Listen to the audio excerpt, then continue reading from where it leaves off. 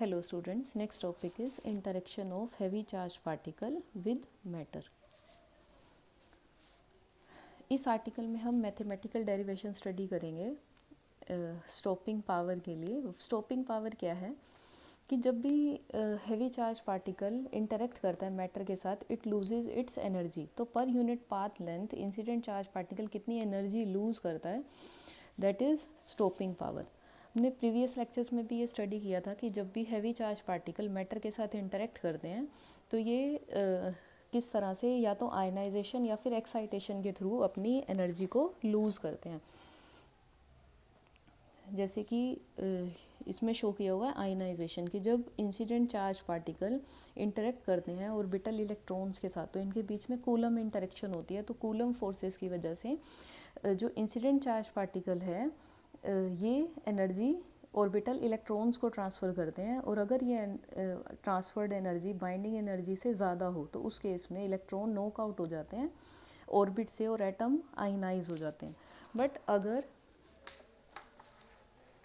Incident charge particle इतनी energy transfer करे कि जो ऑर्बिटल इलेक्ट्रॉन्स हैं ये ऑर्बिटल इलेक्ट्रॉन्स क्या करते हैं, एनर्जी गेन करके हायर एनर्जी स्टेट में जंप हो जाते हैं, और जब ये वापस ट्रांजिशन करते हैं ग्राउंड स्टेट पर तो इलेक्ट्रोमैग्नेटिक रेडिएशन एमिट करते हैं। तो ये प्रोसेस क्या है इस केस में, इंसिडेंट चार्ज पार्टिकल की वजह से जो मैटर के एटम्स है वो क्या हो जाते हैं, एक्साइटेड हो जाते हैं, एक्साइटेड स्टेट में चले जाते हैं। तो heavy charge particle mostly ionization के थ्रू अपनी एनर्जी लूज़ करते हैं और क्या करते हैं, आयन पेयर प्रोड्यूस करते हैं। जैसे कि अगर हम एग्जांपल देखें अल्फ़ा पार्टिकल का, तो अल्फ़ा पार्टिकल क्या है, alpha particle is helium nucleus and a heavy charge particle. तो किसी भी रेडियो एक्टिव सोर्स से जब अल्फ़ा पार्टिकल्स एमिट होते हैं तो उनकी ऑलमोस्ट सेम एनर्जी होती है। तो जब वो मैटर के साथ इंटरेक्ट करते हैं तो इंटरेक्शन के टाइम पर क्या प्रोड्यूस करते हैं, आयन पेयर्स प्रोड्यूस करते हैं, मीन्स आयनाइजेशन करते हैं और इलेक्ट्रॉन और एटम क्या हो जाता है, आयनाइज हो जाता है। और अल्फ़ा पार्टिकल्स अगर हम कंपेयर करें बीटा पार्टिकल्स के साथ तो alpha particle heavy charge particle है, इस वजह से वो एटम के इलेक्ट्रॉन्स के साथ ज़्यादा टाइम स्पेंड करते हैं और ज़्यादा आयनाइजेशन प्रोड्यूस करते हैं इन कंपैरिजन विद बीटा पार्टिकल्स। और इसीलिए जो अल्फ़ा पार्टिकल्स हैं इनकी आयनाइजिंग पावर ज़्यादा है in comparison with beta particles, और ये लेस पेनिट्रेट करते हैं मैटर में। इसी के साथ देखें कि इनकी अगर हम मैथमेटिकल डेरिवेशन करें स्टॉपिंग पावर के लिए तो इसमें देखिए यहाँ B क्या है, B is the impact parameter. Impact parameter means कि अगर हम ये एक्स एक्सिस कंसीडर करें एट द सेंटर और इसे क्या लें, ओरिजिन लें, तो इस केस में वेलोसिटी वेक्टर अगर इंसिडेंट चार्ज पार्टिकल इस डायरेक्शन में मूव कर रहा है तो फ्रॉम वेलोसिटी वेक्टर इलेक्ट्रॉन का इंसिडेंट चार्ज पार्टिकल के साथ परपेंडिकुलर कितना डिस्टेंस है, दैट इज़ इम्पैक्ट पैरामीटर। और यहाँ ए जो लिया है, A is the radius of atom. तो अगर इम्पैक्ट पैरामीटर अप्रोक्सीमेटली इक्वल है एटम के रेडियस के इक्वल, तो उस केस में जब हैवी चार्ज पार्टिकल इलेक्ट्रॉन के साथ इंटरेक्ट करेगा तो वो किस तरह का कोलिजन होगा, that will B of like hard collision. But अगर इंसिडेंट चार्ज पार्टिकल का distance perpendicular distance from centre of atom अगर बहुत ज़्यादा है in comparison with radius of atom, तो उस केस में जो कोलिजन होगा, जो इंटरेक्शन होगा, that will B of type soft collision. और अगर इम्पैक्ट पैरामीटर एटम के रेडियस से बहुत कम हो जाए तो जो इंसिडेंट चार्ज पार्टिकल है वो न्यूक्लियस के फील्ड के साथ इंटरेक्ट करता है, और जो एनर्जी लॉस प्रोसेस है वो किस टाइप का होता है, रेडिएटिव टाइप का। तो इसमें क्या है कि जब इंसिडेंट चार्ज पार्टिकल न्यूक्लियस के फील्ड के साथ इंटरेक्ट करता है तो इलेक्ट्रोमैग्नेटिक रेडिएशंस एमिट करता है। तो जो हम ये बोहर्स फॉर्मूला कर रहे हैं स्टॉपिंग पावर के लिए, इस केस में जो इम्पैक्ट पैरामीटर है दैट इज़ ऑफ इधर हार्ड कोलिजन और सॉफ्ट कोलिजन। मींस जो पार्टिकल है उसकी एनर्जी इतनी है कि वो ऑर्बिटल इलेक्ट्रॉन्स के साथ इंटरेक्ट करेगा, और ये इंटरेक्शन मींस ये इंसिडेंट चार्ज पार्टिकल कितनी एनर्जी ट्रांसफ़र करेगा ऑर्बिटल इलेक्ट्रॉन्स को, ये डिपेंड करेगा इस पे कि जो चार्ज पार्टिकल है उसका वेलोसिटी वेक्टर का इलेक्ट्रॉन्स के साथ परपेंडिकुलर कितना डिस्टेंस है। तो इसी के अकॉर्डिंग अगर हम इसे कैलकुलेट करें, मैथमेटिकल डेरिवेशन करें कि अगर इंसिडेंट चार्ज पार्टिकल एटम के इलेक्ट्रॉन के साथ इंटरेक्ट करता है तो इस इलेक्ट्रॉन को कितनी एनर्जी ट्रांसफ़र करेगा। तो इस डायग्राम में ये ओ क्या लिया गया है, ओरिजिन, और ये क्या है, दिस इज़ एक्स एक्सिस, और जो इंसिडेंट चार्ज पार्टिकल है वो इस डायरेक्शन में मूव कर रहा है। तो इससे आर डिस्टेंस पर इलेक्ट्रॉन प्रेजेंट है, तो इनके बीच में क्या होगी, कूलम इंटरेक्शन होगी। तो इस कूलम इंटरेक्शन की वजह से जो इंसिडेंट चार्ज पार्टिकल है और इलेक्ट्रॉन है इसके बीच में कूलम फोर्स होगा, और उसकी फोर्स की डायरेक्शन इस तरफ होगी, क्योंकि जो इंसिडेंट पार्टिकल है वो क्या है, हैवी चार्ज पार्टिकल है। और यहाँ से जो इंसिडेंट चार्ज पार्टिकल जो फोर्स एक्सर्ट कर रहा है इलेक्ट्रॉन के साथ, इसका एक्स एक्सिस के साथ एंगल कितना है, थीटा एंगल है। तो अगर इस फोर्स को हॉरिजॉन्टल और वर्टिकल कंपोनेंट्स में रिजोल्व किया जाए तो यहाँ एफ एक्स क्या है, F X is the horizontal component of force and F Y is the vertical component force, कि ये वो फोर्स है जो इंसिडेंट चार्ज पार्टिकल मैटर में प्रेजेंट किसी सिंगल इलेक्ट्रॉन के साथ अगर हम इंटरेक्शन देख रहे हैं तो ये कितना उसके ऊपर फोर्स एक्सर्ट करेगा। हमने यहाँ ओरिजिन कंसीडर किया है, तो जो इंसिडेंट पार्टिकल है अगर वो ओरिजिन से लेफ़्ट साइड पर है तो उस केस में जब हम फोर्स को रिजोल्व करें तो जो हॉरिजॉन्टल कंपोनेंट है वो इस डायरेक्शन में है। बट जब ये इंसिडेंट चार्ज पार्टिकल इस ओ पॉइंट को क्रॉस कर जाएगा तो जो हॉरिजॉन्टल कंपोनेंट है उसकी डायरेक्शन इस तरफ हो जाएगी। तो अगर हम टोटल इंटरेक्शन देखें तो इस टोटल इंटरेक्शन में जो हॉरिजॉन्टल कंपोनेंट है वो एक दूसरे को कैंसल आउट कर देंगे और उसका कंट्रीब्यूशन नहीं होगा इलेक्ट्रॉन को मोमेंटम ट्रांसफ़र करने में। तो जो net momentum incident particle matter के इलेक्ट्रॉन को ट्रांसफ़र करेगा वो किसकी वजह से होगा, वर्टिकल कंपोनेंट की वजह से।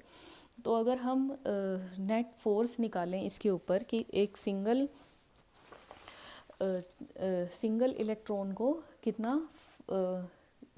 कितना फोर्स ट्रांसफ़र करेगा इंसिडेंट चार्ज पार्टिकल, मींस कितना मोमेंटम ट्रांसफ़र करेगा ये इंसिडेंट चार्ज पार्टिकल, तो ये किसके इक्वल होगा, first we will calculate force. तो यहाँ फोर्स किसके इक्वल है, this is a coulomb interaction. तो कूलम इंटरेक्शन के केस में फोर्स किसके इक्वल होता है, Q1 Q2 over 4 pi epsilon naught R square. तो यहाँ Q1 क्या है, Q1 is charge on heavy incident particle, और E क्या है, charge on electron which is negative. तो अगर हम यहाँ फोर्स का मैग्नीट्यूड इवेलुएट करें तो यहाँ ZE into E over 4 pi epsilon naught R square is the force exerted by incident charge particle to electron. तो जब हम नेट फोर्स निकालें तो फोर्स किसकी वजह से होगा, वर्टिकल कंपोनेंट की वजह से। तो ये वर्टिकल कंपोनेंट किसके इक्वल होगा, एफ साइन थीटा के इक्वल। तो यहाँ एफ़ की वैल्यू सब्सटीट्यूट करें तो किसके इक्वल आ जाएगा, जेड ई स्क्वायर ओवर में 4 pi epsilon naught R square into sine theta is equals to F Y. यहाँ पर आर क्या है, R is the distance between incident charge particle and the electron. तो यहाँ से देखें कि कितना इंसिडेंट चार्ज पार्टिकल कितना मोमेंटम ट्रांसफ़र करेगा, कितना इम्पल्स ट्रांसफ़र करेगा इलेक्ट्रॉन को। तो ये किसकी इक्वल होगा, this momentum will be equal to F Y into में D T for complete interaction is from minus infinity to plus infinity. तो यहाँ से किसके इक्वल आ जाएगा, मोमेंटम मींस ये जो इंसिडेंट चार्ज पार्टिकल है इसका इस पर कितना इम्पल्स है, ये कितनी इसे मोमेंटम ट्रांसफ़र करेगा, ये किसके इक्वल आ जाएगा, पी के। तो यहाँ एफ वाई की वैल्यू अगर सब्स्टिट्यूट करें तो ये किसके इक्वल आएगा, Z E square over 4 pi epsilon naught R square into sine theta D T and integration is from minus infinity to plus infinity.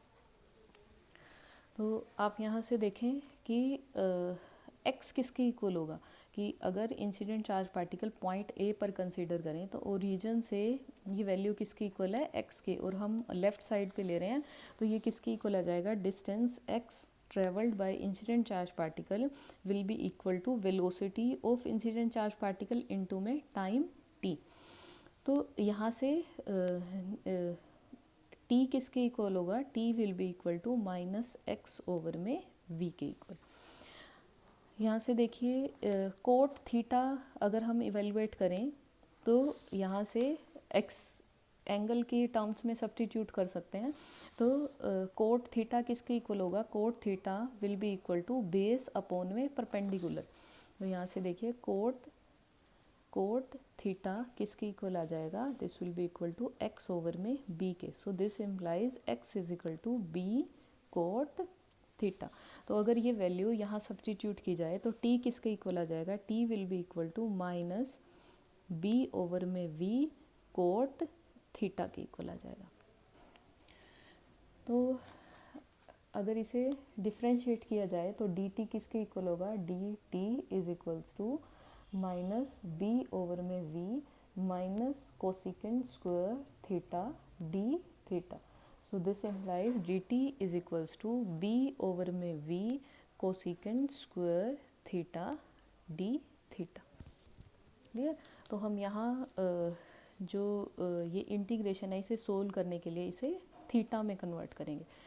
तो यहाँ dt की वैल्यू थीटा के टर्म्स में अगर सब्स्टिट्यूट किया जाए तो ये किसके इक्वल आ जाएगा, आप यहाँ देखें r भी देखें, r किसके इक्वल होगा, ये वैल्यू अगर हम साइन थीटा देखें इस राइट एंगल ट्रायंगल में तो साइन थीटा किसके इक्वल होगा, परपेंडिकुलर अपॉन में हाइपोटेन्यूज। यहाँ पर जो b है, b क्या है, b is the impact parameter. कि इम्पैक्ट पैरामीटर क्या है कि परपेंडिकुलर वेलोसिटी वेक्टर का, इंसिडेंट चार्ज पार्टिकल के वेलोसिटी वेक्टर का परपेंडिकुलर डिस्टेंस इलेक्ट्रॉन से। तो यहाँ से इस ट्रायंगल में साइन थीटा किसके इक्वल होगा, sine theta will be equal to perpendicular upon में हाइपोटेन्यूज। तो आप देखिए किसके इक्वल आ जाएगा, sine theta is equals to b over में r। So this implies r is equals to b over में साइन थीटा।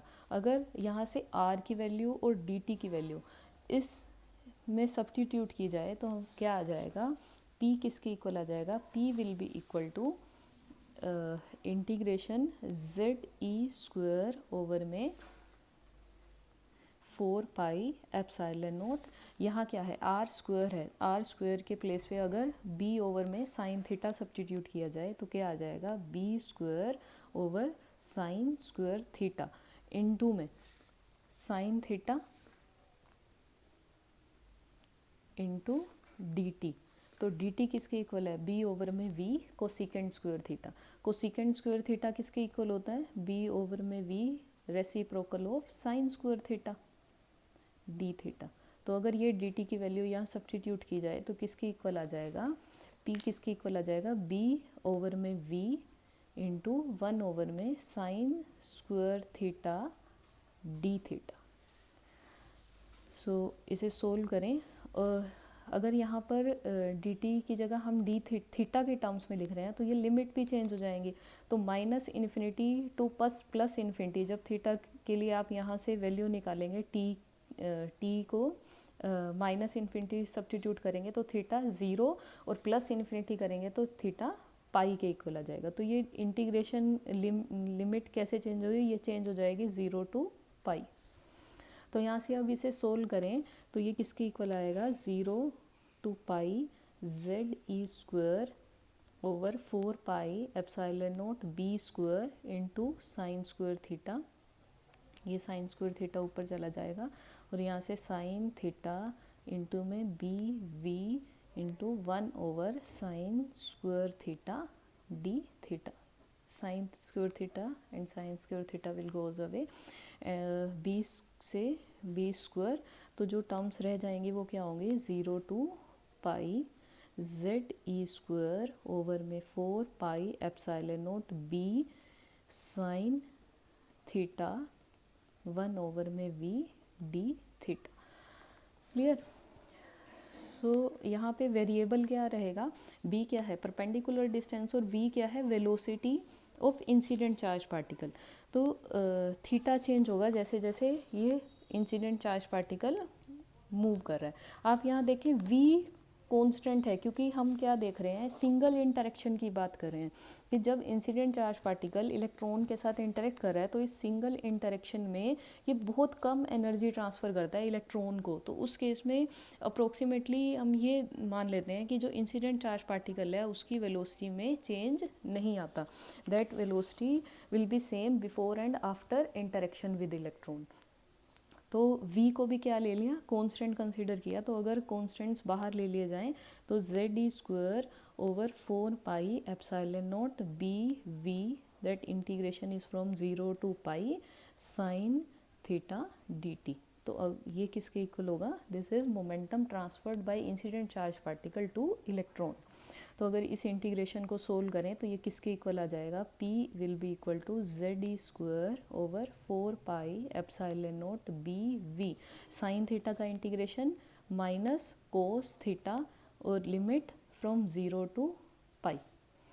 तो ये वैल्यू यहाँ सब्स्टिट्यूट कीजिए इसमें, इसे सोल्व कर रहे हैं तो जब आप पाई पुट करेंगे माइनस कोस पाई माइनस में कोस 0, कोस पाई इज़ -1 एंड कोस 0 इज़ 1, तो यहाँ से माइनस बाहर है, -1 तो ये किसके इक्वल हो जाएगा, -2, तो ये किसके इक्वल आ जाएगा, 2 के इक्वल।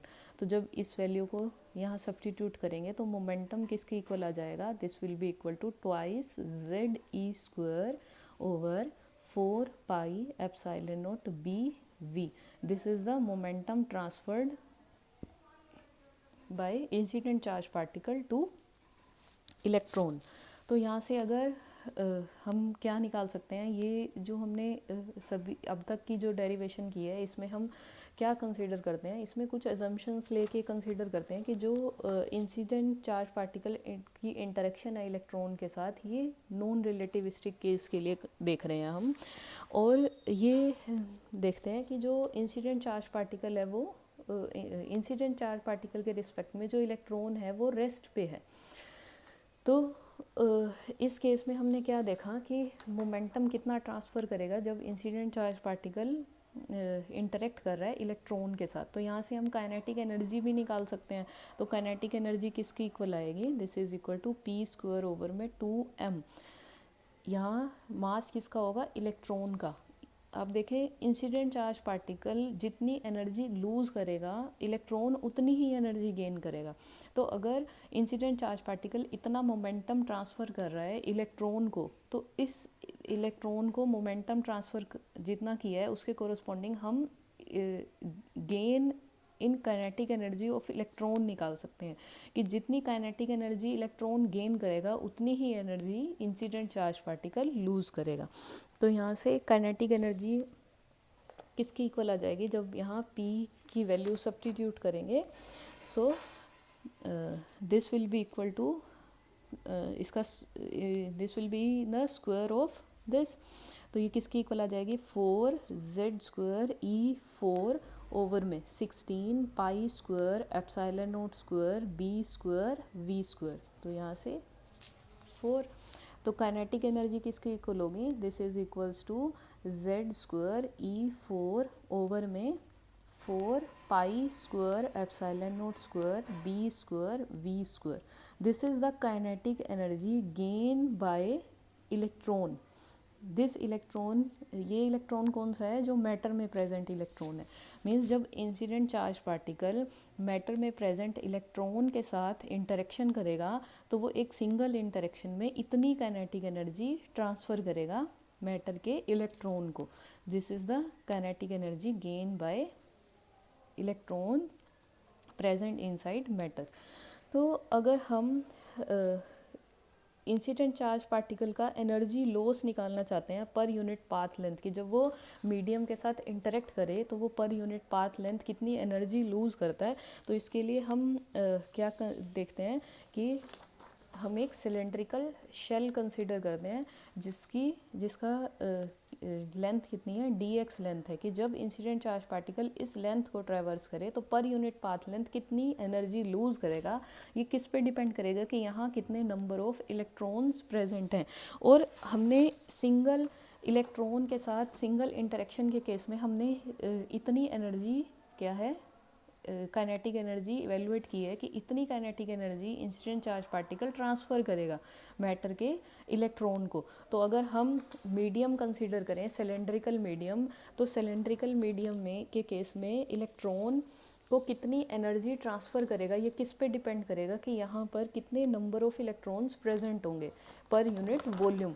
तो ये किसके इक्वल होगा कि अगर suppose n is the number of electrons present inside medium पर यूनिट वॉल्यूम, तो अगर इसको इस वॉल्यूम के साथ मल्टीप्लाई कर दें, किसके वॉल्यूम के साथ, इस सिलेंड्रिकल शेल के वॉल्यूम के साथ, तो सिलेंड्रिकल शेल का वॉल्यूम किसके इक्वल होता है, this is equals to 2 pi b into में डी बी। यहाँ पे b क्या है, b इज़ दिस डिस्टेंस, और यहाँ पर ये dB क्या है, जितनी इसकी थिकनेस है।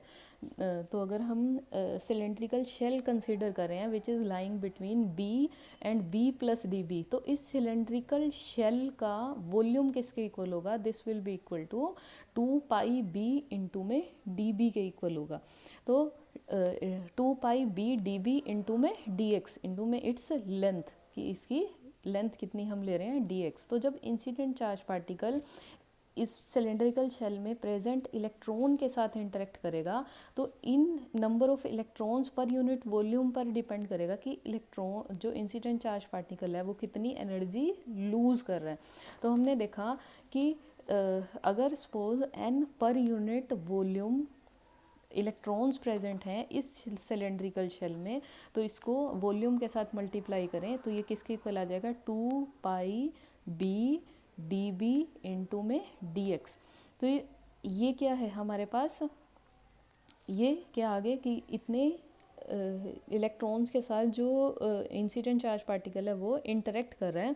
तो अगर हमने देखा था इन इलेक्ट्रॉन्स को सिंगल काइनेटिक एनर्जी के साथ मल्टीप्लाई कर दिया जाए तो ये किसकी इक्वल आ जाएगा, this will be equal to कि जो इंसिडेंट चार्ज पार्टिकल है जब वो इन सभी इलेक्ट्रॉन्स के साथ इंटरेक्ट करेगा तो वो कितनी एनर्जी इन इलेक्ट्रॉन्स को ट्रांसफ़र करेगा, या फिर हम इस तरह से कह सकते हैं कि जब वो इतने इलेक्ट्रॉन्स के साथ इंटरेक्ट करेगा तो वो कितनी एनर्जी अपनी लूज़ करेगा। तो means change in energy of incident charge particle. तो अगर हम इंसिडेंट चार्ज पार्टिकल की एनर्जी देख रहे हैं तो जब इंसिडेंट चार्ज पार्टिकल इलेक्ट्रॉन के साथ इंटरेक्ट करते हैं तो वो अपनी एनर्जी लूज़ करते हैं, तो इसीलिए हम इसके आगे नेगेटिव साइन लगा देते हैं। तो इसका क्या मतलब है, मैं रिपीट कर देती हूँ कि ये हमने क्या निकाला था कि जब इंसिडेंट चार्ज पार्टिकल इलेक्ट्रॉन के साथ इंटरेक्शन करता है तो वो इतनी काइनेटिक एनर्जी इलेक्ट्रॉन को ट्रांसफ़र करता है। तो अगर number of electrons present inside material के साथ अगर हम सिंगल इलेक्ट्रॉन को ट्रांसफ़र की गई एनर्जी से मल्टीप्लाई करेंगे तो ये क्या आ जाएगा, this will B energy gain bye electrons, जितने उस इलेक्ट्रॉन में मटेरियल में उस मीडियम में इलेक्ट्रॉन्स प्रेजेंट हैं, या फिर जितनी एनर्जी इलेक्ट्रॉन गेन करेंगे उतनी ही energy incident charge particle lose करेगा। This is the change in energy of incident charge particle, और incident charge particle energy lose कर रहा है तो हम इसीलिए उसके आगे नेगेटिव साइन लगा देते हैं। क्लियर। तो यहाँ से अगर t की वैल्यू सब्स्टिट्यूट करें इस जो इसके इक्वल है, तो यहाँ से माइनस डी ई किसके इक्वल आ जाएगा, this is equals to n into 2 pi B D B D X into T की वैल्यू क्या है, z स्क्वायर ई 4 ओवर में 4 pi square epsilon naught square B square V square. Clear. यहाँ से देखें dx क्या था कि जितना पाथ जो इंसिडेंट चार्ज पार्टिकल है वो मीडियम में ट्रेवर्स करेगा, तो हम क्या निकालना चाहते हैं, स्टॉपिंग पावर। स्टॉपिंग पावर क्या है कि पर यूनिट पाथ लेंथ वो कितनी एनर्जी को लूज़ करता है।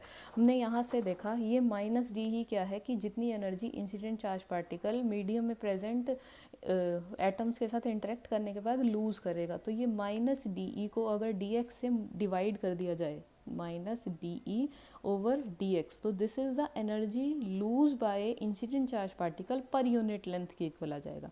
तो ये किसकी इक्वल आ जाएगी ये term, this will be equal to Z square E 4 pi से पाई कैंसिल हो जाएगा, ये 2 और इस b से ये b भी कैंसिल हो जाएगा। तो हमारे पास क्या टर्म आ जाएगी, जेड स्क्वायर ई 4 ओवर में maybe here is something wrong. 2 pi b, yes यहाँ 2 भी प्रेजेंट था, सो यहाँ जो टर्म आएगी दैट विल बी 8, हेयर 8, तो यहाँ पर क्या आ जाएगा, दिस इज़ 4 जब 2 से कैंसिल करेंगे, ठीक। तो ये टर्म किसकी इक्वल आ जाएगी, Z square E4 over 4 pi epsilon naught square, इसके साथ यहाँ मास ऑफ इलेक्ट्रॉन भी आएगा ME दिस, सो यहाँ पर mass of electron ME into में B into V square into DB, so this is energy lose पर यूनिट पाथ लेंथ। तो अब अगर हम dB के लिए इंटीग्रेशन करें, dB क्या है, dB की कितना उसका इम्पैक्ट पैरामीटर है इंसिडेंट चार्ज पार्टिकल का एटम में प्रेजेंट इलेक्ट्रॉन के साथ। यहाँ से इसे देखते हैं कि जब इंसिडेंट चार्ज पार्टिकल इंटरेक्ट करना है इलेक्ट्रॉन्स के साथ, तो उस केस में माइनस DE ओवर में DX हमने किसके इक्वल एवेलुएट किया है, this is equals to Z square E, this is equals to Z square E4 over में 4 pi epsilon naught square MEB V square DB। तो कंप्लीट अगर हम इसके इंटरेक्शन के लिए इसे देखें कि अगर ये जो इम्पैक्ट पैरामीटर है जो हमने कंसीडर किया है एक परपेंडिकुलर डिस्टेंस, ये मैक्सिमम मिनिमम टू मैक्सिमम कितना चेंज हो सकता है, अगर इसे कंप्लीट इंटीग्रेट करें उसके लिए कंप्लीट इंटरेक्शंस के लिए, तो उस केस में हमें यहाँ B की वैल्यू सब्स्टिट्यूट करनी होगी इसकी स्टॉपिंग पावर निकालने के लिए। अगर हम इसका इंटीग्रेशन करें तो ये किसके इक्वल आ जाएगा, अगर इसे इंटीग्रेट किया जाए तो माइनस DE ओवर में DX, तो ये इंटीग्रेट करेंगे तो ये सभी टर्म्स क्या हैं, कांस्टेंट हैं, ZE स्क्वायर E4 ओवर में 4 pi epsilon naught square mass of electron velocity of incident charge particle and DB over में B का इंटीग्रेशन हो जाएगा। क्लियर। तो अगर इसे इंटीग्रेट करेंगे तो ये किसके इक्वल आएगा, नेचुरल लॉग ऑफ B, और हमें यहाँ लोअर और अपर लिमिट पुट करनी होगी इस इंटीग्रेशन के लिए कि मिनिमम इम्पैक्ट पैरामीटर कितना हो सकता है और मैक्सिमम कितना हो सकता है। तो अगर हम इसे देखें कि अगर ये इंटीग्रेशन 0 टू इन्फिनिटी किया जाए तो उस केस में जो ये एनर्जी लॉस है, ये एनर्जी लॉस इनफाइनाइट हो जाएगा। इसका मतलब क्या हुआ कि सिंगल इंटरेक्शन में ही इंसिडेंट चार्ज पार्टिकल अपनी सारी एनर्जी को लूज़ कर देगा, कि जो क्या है करेक्ट नहीं हो सकता। तो इट मीन्स हम ये जो इंटीग्रेशन की लिमिट है इसे 0 टू इन्फिनिटी अगर कंसीडर करें तो जो ये हमने एनर्जी लॉस निकाला है पर unit path length incident particle के लिए, वो इनफाइनाइट हो जाएगा। तो इट मीन्स ये लिमिट 0 टू इन्फिनिटी नहीं हो सकती। तो हमें यहाँ लिमिट जो सब्स्टिट्यूट करनी होगी वो लिमिट क्या लेनी होगी कि B minimum to B maximum के लिए इंटीग्रेशन करना होगा। तो यहाँ से जब इसे इंटीग्रेट करेंगे तो ये माइनस DE ओवर में DX किसके इक्वल आ जाएगा, this is Z square E4 over में 4 pi epsilon naught square MEV square, this is natural log of B and limit is from B minimum to B maximum. Clear. तो यहाँ से ये equation किसकी equal आ जाएगी, जेड स्क्वायर E4 ओवर में 4 pi epsilon naught square ME V square log of B maximum minus log of B minimum. तो इसे कैसे लिखते हैं, Z square E4 4 pi epsilon naught square ME V square natural log of B maximum over में B minimum, this is minus D E over में D X. Clear? यहाँ पर ये एन भी आएगा इसके साथ सभी में,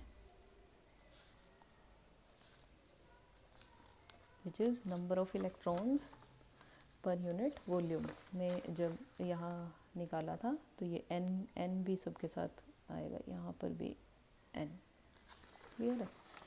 सो अब नेक्स्ट क्वेश्चन है कि ये बी हम इस इक्वेशन मैथमेटिकल इक्वेशन को क्लियरली एक्सप्लेन कर सकते हैं अगर हमें बी मिनिमम और बी मैक्सिमम की वैल्यू पता हो। अब ये बी मिनिमम और बी मैक्सिमम की क्या वैल्यू होगी आप देखें। बी मैक्सिमम क्या है कि मैक्सिमम में इम्पैक्ट पैरामीटर कितना हो सकता है, इनफाइनाइट तो पॉसिबल नहीं है। तो अगर हम मैक्सिमम इम्पैक्ट पैरामीटर देखें तो उस केस में ये मैक्सिमम वैल्यू किसके इक्वल हो सकती है। आप देखें कि जब incident charge particle orbital electron के साथ इंटरेक्ट करता है तो ये इलेक्ट्रॉन रेस्ट पर नहीं है, ये इलेक्ट्रॉन क्या कर रहे हैं, ऑर्बिट में रिवॉल्व कर रहे हैं और इनका एक पर्टिकुलर टाइम पीरियड है, टी टाइम पीरियड है। तो अगर हम देखें कि ये टी टाइम पीरियड की सपोज इंसिडेंट चार्ज पार्टिकल इससे इतने दूर है कि ये सपोज यही इम्पैक्ट पैरामीटर है इसका, तो इस केस में क्या होगा कि सपोज जब इंसिडेंट चार्ज पार्टिकल इसकी तरफ अप्रोच कर रहा है और उस केस उस टाइम पर अगर इलेक्ट्रॉन इस पोजीशन पर प्रेजेंट है, यहाँ प्रेजेंट है, तो जो कोलिजन है इसकी इंटरेक्शन है तभी पॉसिबल है कि जब ये इंसिडेंट चार्ज पार्टिकल इसे एटम को क्रॉस करे तो ये अपनी एक कंप्लीट रेवोल्यूशन करके इस पोजीशन पर प्रेजेंट हो। लेकिन अगर इंसिडेंट चार्ज पार्टिकल का टाइम है इंसिडेंट चार्ज अगर हम कोलिजन टाइम देखें कि इंसिडेंट चार्ज पार्टिकल का इलेक्ट्रॉन के साथ जो टाइम है वो टाइम इस टाइम पीरियड के साथ मैच नहीं करता, तो ये इंसिडेंट चार्ज पार्टिकल इसके साथ इंटरेक्ट ही नहीं कर पाएगा। मीन्स कि अगर ये एक कंप्लीट रेवोल्यूशन लेने के बाद ये इंसिडेंट चार्ज पार्टिकल यहाँ प्रेजेंट है तो उस केस में ये कोलिजन पॉसिबल है। बट अगर ये इंसिडेंट चार्ज पार्टिकल इस मैटर को क्रॉस कर रहे हैं और उस टाइम पर इसकी रेवोल्यूशन कंप्लीट नहीं हुई और पार्टिकल सपोज यहाँ प्रेजेंट है, तो उस केस में क्या होगी कि जो इंसिडेंट चार्ज पार्टिकल है इसके साथ इंटरेक्शन नहीं होगी। तो इसकी इंटरेक्शन के लिए मैक्सिमम कितना डिस्टेंस होना चाहिए इंसिडेंट चार्ज पार्टिकल का इलेक्ट्रॉन के साथ कि जो इंसिडेंट चार्ज पार्टिकल है वो इलेक्ट्रॉन को एनर्जी ट्रांसफ़र कर सके। तो इसके लिए जो इलेक्ट्रॉन का टाइम पीरियड है इस ऑर्बिट में, ये time period time of collision के अप्रोक्सीमेटली इक्वल होना चाहिए। तो यहाँ से टाइम ऑफ कोलिजन किसके इक्वल है, ये क्या है, D is the perpendicular distance, this is distance. अगर डिस्टेंस को वेलोसिटी से डिवाइड कर दिया जाए तो वो किसके इक्वल आ जाएगा, टाइम के इक्वल आ जाएगा।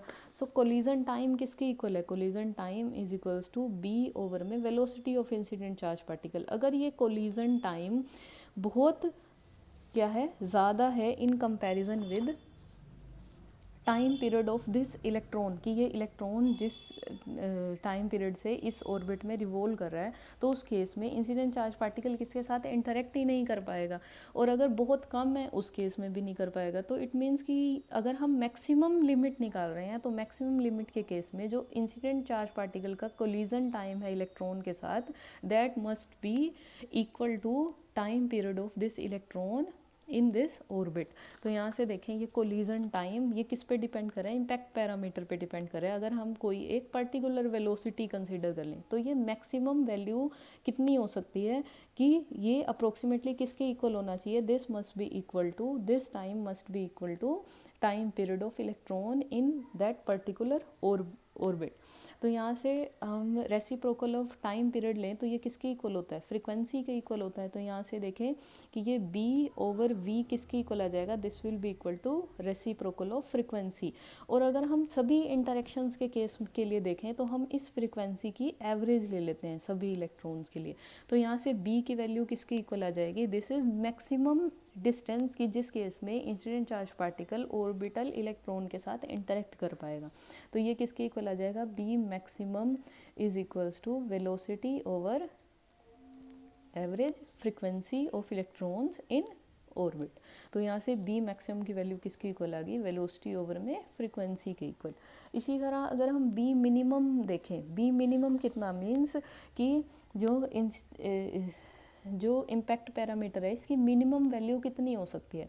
जो हम ये डेरिवेशन कर रहे हैं, बोहर फॉर्मूला स्टडी कर रहे हैं, इस केस में जो हमने अजम्पशंस लिए हैं वो ये हैं कि जो ये सारी ट्रीटमेंट है ये नॉन क्वांटम मैकेनिकल है। मीन्स हम इसे किस तरह से पार्टिकल के साथ कोलिजन की तरह स्टडी कर रहे हैं। मीन्स ये क्वांटम ट्रीटमेंट नहीं है। तो क्वांटम ट्रीटमेंट नहीं है तो उस केस में क्या होगा कि जो इंसिडेंट चार्ज पार्टिकल का इम्पैक्ट पैरामीटर और इसका मोमेंटम है that will be very very greater than that of Planck's constant. तो ये जो ट्रीटमेंट है ये क्लासिकल ट्रीटमेंट है। तो क्लासिकल ट्रीटमेंट के केस में मिनिमम वैल्यू कितनी होनी चाहिए इम्पैक्ट पैरामीटर की, दैट दिस बी मिनिमम कि मिनिमम डिस्टेंस इलेक्ट्रॉन से कितना होना चाहिए, ये बी मिनिमम अगर हम quantum non quantum treatment consider कर रहे हैं that must be greater than that of de Broglie wavelength, कि इलेक्ट्रॉन की डी ब्रोगली वेवलेंथ से ज़्यादा होना चाहिए। क्योंकि हम क्या कंसीडर कर रहे हैं, क्लासिकल ट्रीटमेंट कंसीडर करके इस डेरिवेशन को एक्सप्लेन कर रहे हैं। तो नॉन क्वांटम ट्रीटमेंट ले रहे हैं तो उस केस में जो बी मिनिमम है that must be larger than that of de Broglie wavelength of electron. तो आप ये देखें कि जब इंसिडेंट चार्ज पार्टिकल इंटरेक्ट करेगा इलेक्ट्रॉन के साथ तो वो मैक्सिमम कितना मोमेंटम ट्रांसफ़र कर सकता है इस क्लासिकल ट्रीटमेंट में। तो ये मैक्सिमम मोमेंटम ट्रांसफ़र किसके इक्वल होगा, that will be equal to अगर हम देखें p माइनस p के इक्वल। तो ये किसके इक्वल आ जाएगा 2p, this is 2mEV। Maximum इतना मोमेंटम ट्रांसफ़र कर सकता है। तो अगर अनसर्टेनिटी प्रिंसिपल के थ्रू हम मिनिमम वैल्यू निकालें तो अनसर्टेनिटी प्रिंसिपल क्या है, पोजीशन और मोमेंटम का प्रोडक्ट अप्रोक्सीमेटली प्लैंक्स कांस्टेंट के इक्वल होता है। तो यहाँ से पोजीशन किसके इक्वल आ जाएगी, दिस इज़ h ओवर में डेल्टा p के। तो मैक्सिमम जो मोमेंटम है इंसिडेंट चार्ज पार्टिकल कितना ट्रांसफ़र कर सकता है, अगर ये वैल्यू मैक्सिमम है तो डेल्टा x क्या होगा, मिनिमम होगा। तो यहाँ से b क्या आ जाएगा, मिनिमम। और मैक्सिमम अनसर्टेनिटी प्रिंसिपल के थ्रू ये maximum momentum incident charge particle कितनी ट्रांसफ़र कर सकता है इलेक्ट्रॉन को, ये किसके इक्वल है 2mEV के। तो यहाँ से हमने अनसर्टेनिटी प्रिंसिपल से किसकी वैल्यू निकाल ली, बी मिनिमम की वैल्यू निकाल ली।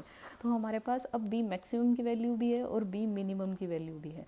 बी मैक्सिमम हमने किस तरह से निकाला कि जो टाइम ऑफ कोलिजन है और जो इलेक्ट्रॉन रिवॉल्व कर रहा है ऑर्बिट में उसका टाइम पीरियड अप्रोक्सीमेटली क्या होना चाहिए, इक्वल होना चाहिए। और बी मिनिमम की वैल्यू हमने अनसर्टेनिटी प्रिंसिपल के से निकाली है कि अगर ये वैल्यू मिनिमम है इट मीन्स ये वैल्यू क्या होगी, मैक्सिमम होगी। तो मैक्सिमम कितना मोमेंटम ट्रांसफ़र कर सकता है, this is equals to 2mEV के। और हम क्या ले रहे हैं, क्लासिकल ट्रीटमेंट कंसिडर कर रहे हैं। तो यहाँ से अगर ये वैल्यूज़ यहाँ सब्स्टिट्यूट की जाएँ तो यहाँ से माइनस डी ई ओवर में डी एक्स किसके इक्वल आ जाएगा, this is equals to Z square E4n over में 4 pi epsilon naught square MEV square log of B maximum किसके इक्वल है, B maximum is equals to V over में frequency. तो यहाँ से V over average frequency into में B minimum किसके equal है, this is equals to H over में 2mV। तो ये ऊपर चला जाएगा तो यहाँ पे क्या आ जाएगा 2mEV।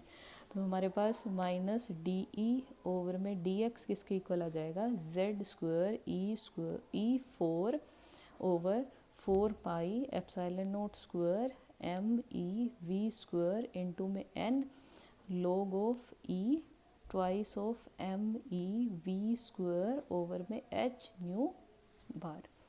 यहाँ n क्या था, n is the number of electrons present per unit volume. तो number of electrons per unit volume किसके इक्वल होंगे, this will be equal to number of atoms present inside that material per unit volume into में उसका कितना उसका atomic number कितना है। तो z की कंफ्यूजन ना हो, ये जो एटॉमिक नंबर है दिस इज़ फॉर मैटर की जो हमने मीडियम कंसीडर किया है, जिस मीडियम के साथ इंसिडेंट पार्टिकल इंटरेक्ट कर रहे हैं। तो इसे अलग करने के लिए हम किससे रिप्रेजेंट करते हैं, इसे z प्राइम से। तो यहाँ n क्या है, number of electrons present per unit volume किसके इक्वल होंगे, number of atoms present inside that medium पर यूनिट वॉल्यूम इनटू में जितना उसका एटॉमिक नंबर होगा। तो अगर यहाँ से हम क्या निकाल सकते हैं, number of electrons in per unit volume present inside that medium. तो यहाँ से माइनस डी ई ओवर में डी एक्स किसके इक्वल आ जाएगा, Z square E four into में N Z prime over 4 pi epsilon naught square M E V square log of twice of M E V square over में H nu bar. तो यहाँ से ये क्या आ गया, this is energy loss per unit path length. कि अगर हम किसके लिए, हैवी चार्ज पार्टिकल जब मैटर के साथ इंटरेक्ट करेगा तो उस केस में इतनी एनर्जी पर यूनिट पाथ लेंथ जो इंसिडेंट चार्ज पार्टिकल है वो क्या करेगा, लूज़ करेगा। So this is the Bohr's formula for stopping power. कि मटेरियल की अगर हम स्टॉपिंग पावर निकालें, so this is mathematical formula which is the Bohr's formula for interaction of heavy charge particle with matter. Means पर unit path length जब heavy charge particle interact करेगा matter के साथ तो वो इतनी एनर्जी लूज़ करेगा। आप इस इक्वेशन में देखें कि इंसिडेंट हैवी चार्ज पार्टिकल का कितना मास है वो इस इक्वेशन में नहीं है कहीं पर भी। इट मीन्स कि पर unit path length heavy charge particle कितनी एनर्जी लूज़ कर रहा है वो उसके मास के इंडिपेंडेंट है। कि अगर हम सेम वेलोसिटी का प्रोटॉन लें और सेम ही वेलोसिटी का अल्फ़ा पार्टिकल लें तो अल्फ़ा पार्टिकल पे प्रेजेंट चार्ज की वजह से स्टॉपिंग पावर चेंज होगी, ना कि उसके मास की वजह से। So this is all about Bohr's formula for stopping power. Thank you students.